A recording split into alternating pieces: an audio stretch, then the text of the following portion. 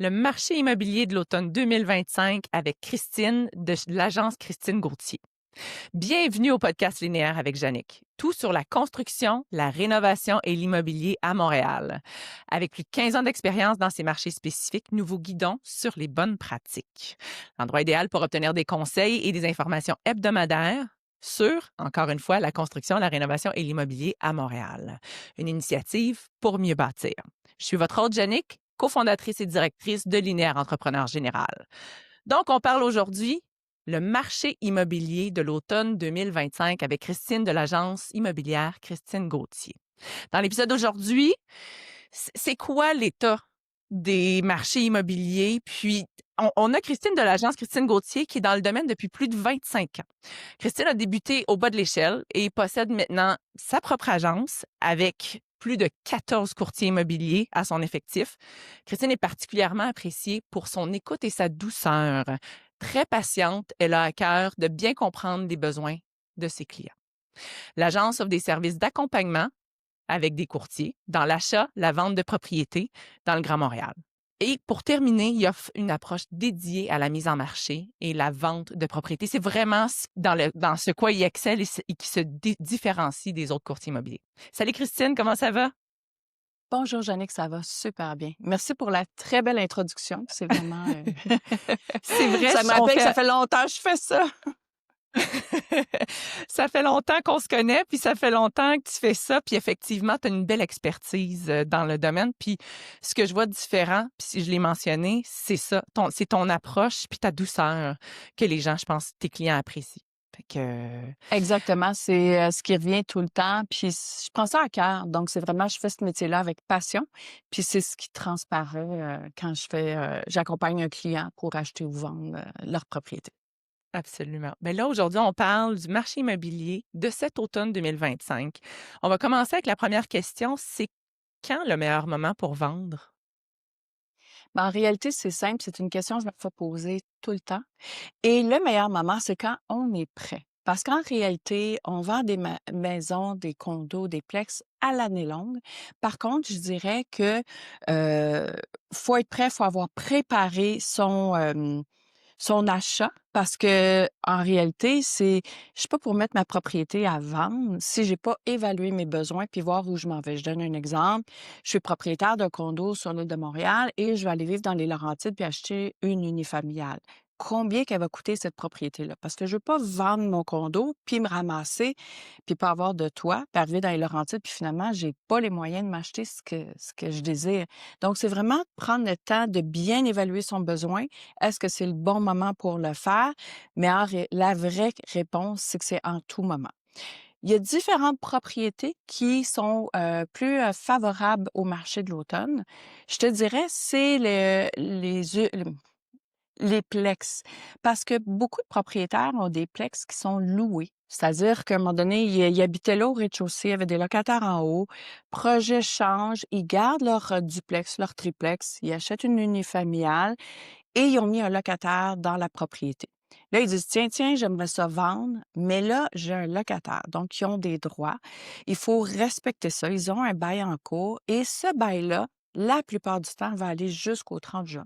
Donc, si on veut faire une reprise de logement, c'est 6 mois avant la fin du bail, donc c'est avant le 30 décembre. Donc, cette année. Fait que c'est pour ça que toutes ces propriétés-là, c'est un marché favorable à l'automne pour les vendeurs de ventes et les acheteurs qui sont à la recherche de ces propriétés-là. Ben, ils savent déjà que c'est un bon moment d'acheter un plex qui est déjà tout loué, puis on pourra récupérer un logement pour soi, pour des parents par en haut ou des enfants parents, grands-parents ou enfants, on pourra récupérer ou soi-même un logement ou 2 logements même pour ses propres besoins. Fait que pour le plex, c'est une période qui est très favorable. Si je vais avec les condos, petits condos, on s'entend, premier acheteur, normalement, sont plus proches pour le 1er juin. Donc, on dit à l'automne, préparez-vous, préparez votre projet, mais souvent, ils vont avoir plus de facilité à trouver un 3,5, un condo abordable à partir de janvier, février, mars. Ça, c'est leur gros marché pour une occupation pour le 1er juillet. Et si je te parle des grandes unifamiliales, les familles, eux autres, ben, c'est des besoins particuliers, 800 000, 1 million et plus. Ils vont avoir établi leurs besoins dans un quartier, ils vont avoir choisi une école et puis ils vont dire: «Christine, je cherche dans ce quadrilatère-là, trouve-moi un cottage» et ça peut prendre des fois 2 ans, 3 ans avant qu'ils trouvent leur maison de rêve parce que c'est un marché ciblé. Alors, en tout moment, on vend ces grosses propriétés-là. Quand elles rentrent sur le marché, là, on a une banque d'acheteurs qui est déjà prêt et puis qui attendent juste cette opportunité-là. Parce qu'on fait l'exercice de voir combien il y en a dans un secteur déterminé. Mettons pour l'école Saint-André-Apôtre, ben, des fois, on va arriver et on va dire: «Ah, il y a juste 8 propriétés par année qui sortent en cottage dans ce secteur-là». Eh bien, il va falloir se préparer puis être prêt et sauter dessus Puis être quand rapide. elle sort dans le marché. Si tu me permets de revenir sur le premier point, le Plex, pourquoi l'automne c'est le meilleur moment pour l'acheter? Est-ce que je me trompe ou c'est parce que, vu les baux en cours, souvent c'est 6 mois avant la fin du bail et donc souvent, la majorité du temps, on parle du 31 décembre. Donc l'automne est favorable Exact. pour les Plex si on veut acheter. Est-ce que c'est bien ça? Louer. Les plex qui sont loués au lieu d'avoir un propriétaire occupant, parce que ça va être des propriétaires occupants qui vont l'acheter Ouais. la plupart du temps, parce qu'on n'achète plus un plex autant pour un investissement parce que c'est pas assez rentable. Donc, OK. mes investisseurs, ils achètent plus un duplex, un triplex. Ça va être un propriétaire occupant ou pour des parents, des enfants qu'on va acheter un plex. Et là, si le rez-de-chaussée, admettons, on veut l'occuper, il est occupé par un locataire, ben c'est mon 6 mois d'avance là, pour avoir l'occupation. Ah, Puis sinon, il faut attendre au mois de février-mars. Quel locataire va quitter? Est-ce que je vais avoir une occupation? Et là, souvent, les propriétaires vont profiter de ce moment-là pour dire: «Hey, mon locataire part, c'est l'occasion que je voulais pour pouvoir le mettre à vendre». parfait. Puis, quand on veut mettre à vendre, c'est quoi les meilleurs travaux à faire avant de vendre sa propriété? Parce que, tu sais, on sait que les coûts des matériaux puis les coûts des travaux de rénovation sont rendus très chers. Fait que qu'est-ce que tu suggères? C'est quoi les meilleurs travaux? Mais vous allez être surpris de ma réponse. C'est pas grand-chose. Moi, je laisse à l'acheteur. Tu sais, tu es dans la construction, c'est l'acheteur qui va acheter. Il va pouvoir la mettre à son goût, la propriété. C'est lui qui va changer la cuisine, faire la salle de bain. C'est lui qui va avoir une vision, un projet. Fait que si mon vendeur va changer sa cuisine, il va mettre 50 000, il va en récupérer 40, puis il va tout s'être donné ce trouble-là, ça vaut pas la peine. Par contre, les petites choses qu'on peut faire, c'est qu'il faut penser à désencombrer absolument la propriété et aussi d'enlever le côté personnel. Puis je vous dirais, si on a des choses brisées, comme un toit qui coule, ça, faut absolument le faire faire. On a un problème de plomberie, on le fait faire. On a des trous dans les murs, on répare les murs. Si on a l'énergie et on a le temps, ben il faut quand même y mettre un peu d'amour pour pouvoir que ça soit attirant pour l'acheteur. Pensez que votre maison est en premier rendez-vous amoureux. Donc, normalement, Oh! on se met sur J'aime son ça. 36. Oui. On se met sur son 36, on se parfume, on fait nos cheveux, on se maquille. C'est une fille, c'est un peu plus compliqué qu'un gars. Alors, puis on se met ça, c'est même pas des vêtements déchirés de tu vas Non, t'arranger non. cute, mais c'est un petit peu la même chose pour ta maison. Donc, souvent, les gens qui deviennent célibataires, ben, ils vont se remettre en forme, puis ils vont faire attention à ce qu'ils mangent. C'est comme un petit peu, c'est le même principe. Fait qu'il faut vraiment penser que l'acheteur, lui, arrive puis il veut tomber en amour avec notre endroit. Fait que c'est sûr que ce qui fait vendre, c'est l'emplacement, c'est la grandeur de la maison, les pièces. Mais si on a les murs sont sales, ben, on les lave, on les fait peinturer, on répare tout ce qui est brisé et puis on y met un peu d'amour de l'agencé parce que souvent les gens vont me dire ben je vais investir dans ma prochaine propriété, je vais changer tout mon ameublement. Là, ils ont des meubles tout déchirés, Ah, ils ont plus de rideaux, ça ne fonctionne plus. Mais ça a coûté cher, oui, mais c'est peut-être plus fonctionnel. Par contre, l'acheteur, lui, il va investir et lui, il va en mettre à son goût parce que ça va valoir la peine de s'investir tout de suite en rentrant et faire ses travaux que d'attendre 10 ans, puis d'endurer la maison, la cuisine, la salle de bain qu'il aurait voulu avoir. Il est aussi bien de la faire tout de suite parce qu'on l'amortit sur une couple d'années. parfait, parfait. Merci. C'est un bon point parce que souvent, quand les clients nous appellent par rapport à des constructions ou des rénovations, ils veulent vendre ou ils veulent acheter, c'est tout le temps la question qu'ils nous posent. Si je veux vendre, est-ce que je change la cuisine? Ben, on répond, on est pas mal sur la même longueur d'onde. Ça sert à rien de changer la cuisine. La personne qui va acheter va vouloir mettre sa belle cuisine de rêve dans sa maison de rêve qu'il est en train d'investir dedans. Fait que je suis bien d'accord, merci.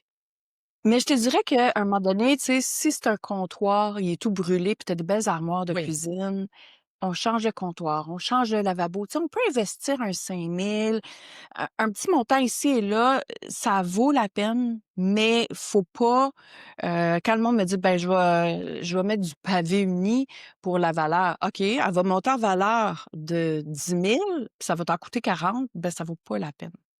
OK. J'ai vu le rôle foncier qui vient d'augmenter à Montréal, Christine. Est-ce que tu peux m'en parler, toi qui connais bien ça? Effectivement. Donc là, ils sont tout nouveaux, c'est tout chaud, ils viennent de sortir. Mais il faut pas oublier que ça a été évalué pour le 1er juillet 2024. Puis on est déjà rendu Ah! au mois d'octobre 2025. Alors, on a déjà un décalage. OK. Le rôle foncier est triennal, donc il va être bon pour 3 ans.